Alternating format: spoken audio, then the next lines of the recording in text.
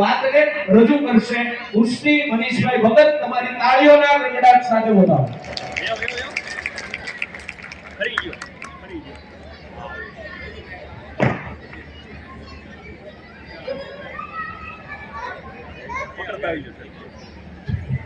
Hello નમસ્કાર.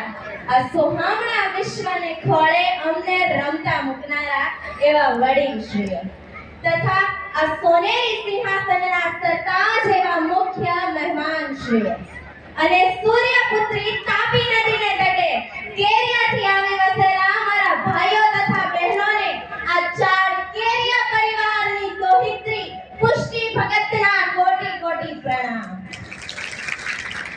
આજકાલ કુટુંબ ભાવના ક્યાં રહી છે? બધી જ દુનિયા તો મોબાઈલમાં સમાઈ ગઈ છે. કુટુંબમાં રહેવું હવે કોઈને ક્યાં ગમે છે?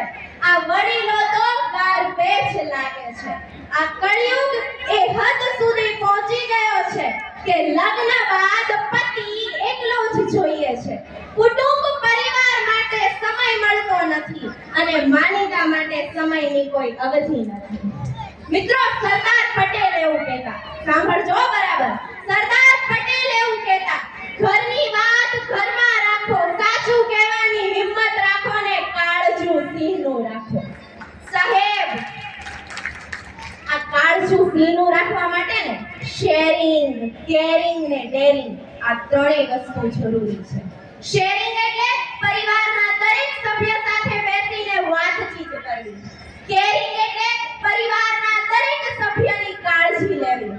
ને ડેરિંગ એટલે કે જો કંઈ ખોટું થતું હોય તો એ ખોટી થતી વસ્તુને બંધ કરવાની તાકાત બતાવવી. મિત્રો, રોબોટ હતા તો એક અંગ્રેજ, પરંતુ એમને આપણા ભારતીય પુસ્તકો વાંચવા ખૂબ જ ગમતા અને ખાસ કરીને એમને ભગવદ ગીતા વાંચવી તો અતિશય ગમતી.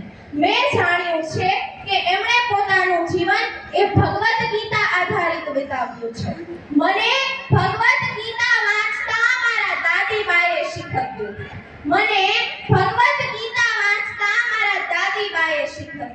એ ભગવદ ગીતાનો અર્થ મને મારી માતાશ્રીએ આપ્યો.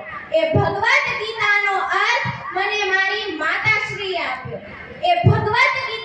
સન્માન કરતા મને મારા ભાઈએ શીખવ્યું. અને એ ભગવદ ગીતાને આધારે મારે આગળ જતા મારું જીવન કઈ રીતે પસાર કરવું ને એ મારા પિતાએ મને શીખવ્યું. મારા માટે મારો પરિવાર અને મારી ભગવદ ગીતા આ બંને વસ્તુ જ કેરિંગ, શેરિંગ ને ડેરિંગ છે.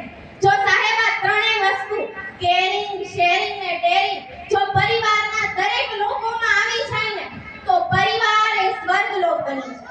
અને આ ત્રણેય વસ્તુ કેરિંગ, શેરિંગ ને ડેરિંગ જો મારા ચાર કેરિયા પરિવારના દરેક ઘરમાં આવી જાય ને તો મારો ચાર કેરિયા પરિવારનો દરેક બાળક અહીંયા સ્ટેજ પર આવીને પોતાના સપનાઓને સાકાર કરી શકે. આમ તો સંસ્કારોનું સિંચન થતું એ આપણા ભારત દેશમાં જ જોવા મળે છે. તમે કોઈ જગ્યાએ વિદેશમાં પ્રવાસે જાઓ તો તમે જોયું હોય કે કોઈ વિદેશી નાસ્તો કરતું હોય ને તો તમારી સામે જુએ પણ નહીં. અને જ્યારે આપણા ભારત દેશની વાત થાય, આપણા કાઠિયાવાડની વાત થાય, આપણો ભારત દેશ એટલે મોજીલો દેશ.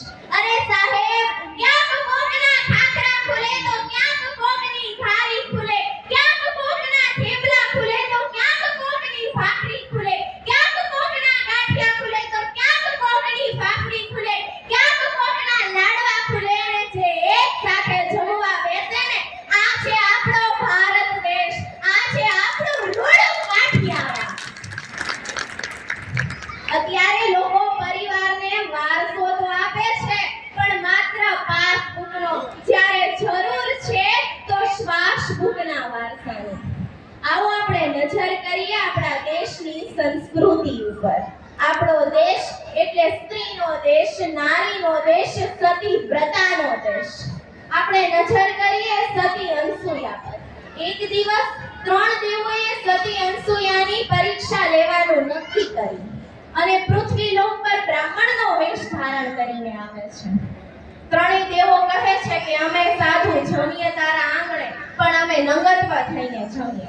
એટલે સતી અનસૂયા જો હા પાડે તો એનો સ્ત્રી ધર્મ લજ્જાય અને જો ના પાડે તો એનો ગૃહિણી ધર્મ લજ્જાય. આવામાં સતી અનસૂયા ભગવાનને પ્રાર્થના કરે છે અને હાથમાં જળ લઈને ત્રણેય સાધુઓ ઉપર છાંટે છે. પછી તો સાહેબ એ ત્રણેય સાધુઓ 2 વર્ષના બાળક બની જાય છે. પછી તો એ 2 વર્ષના બાળક કપડાં પહેરે તોય શું ને કપડાં ન પહેરે તોય શું. આ છે આપણા દેશની નારી. આપણે બધી નારીઓએ ભેગા મળીને સતી અનસૂયાની જેમ આ જગતને બતાવી દેવું જોઈએ કે નારી તું નારાયણી છે, સતી છે, માં જગદંબા છે, અરે વિશ્વની મહાશક્તિ છે. આજના આ કોલેજિયન યુવાનોને જોઉં ને એટલે મને કંઈક કહેવાનું મન થાય. જ્યાં ન પહોંચે રવિ ત્યાં પહોંચે કવિ ને જ્યાં ન પહોંચે કવિ ત્યાં પહોંચે અનુભવી. આજ યૌવન મળે ને લાગે સાવ ડરે, આજ યૌવન મળે ને લાગે સાવ ડરે, આંખ આંસુ ભરેલ જાણે પીધું દીવે.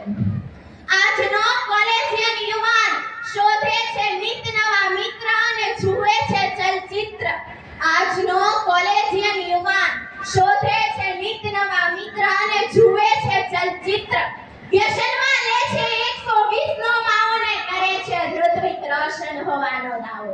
વ્યસનમાં લે છે 120 નો માવો ને કરે છે ઋત્વિક રોશન હોવાનો દાવો. પીવે છે બીડી ને સિગરેટ, માને છે પોતાને ગ્રેટ. નથી તેમાં ગુણ કે નથી તેમાં વિવેક, આ દેશને ક્યારે મળશે સ્વામી વિવેકાનંદજી. આમ તો સંસ્કારોનું અને ખાસ કરીને પોતાના માતા પિતાએ બાળકોને કેવા ઘડવા જોઈએ ને એના વિશે મારે વાત કરવી છે.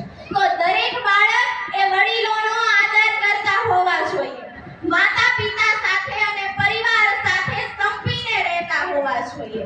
દરેક